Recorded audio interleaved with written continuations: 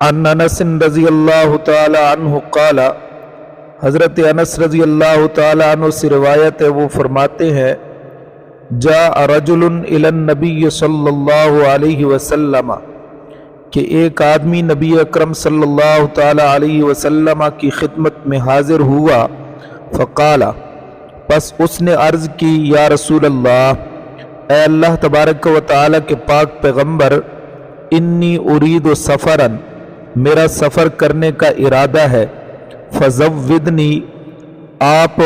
مجھے توشہ عنایت فرمائیں۔ فقال، نبی علیہ الصلوۃ والسلام نے فرمایا، زودک اللہ التقوی، کہ اللہ تعالیٰ تجھے تقوی کے ساتھ آراستہ فرمائے۔ قال، اس نے عرض کی، زدنی، میرے لیے مزید دعا فرمائیں۔ قال، امام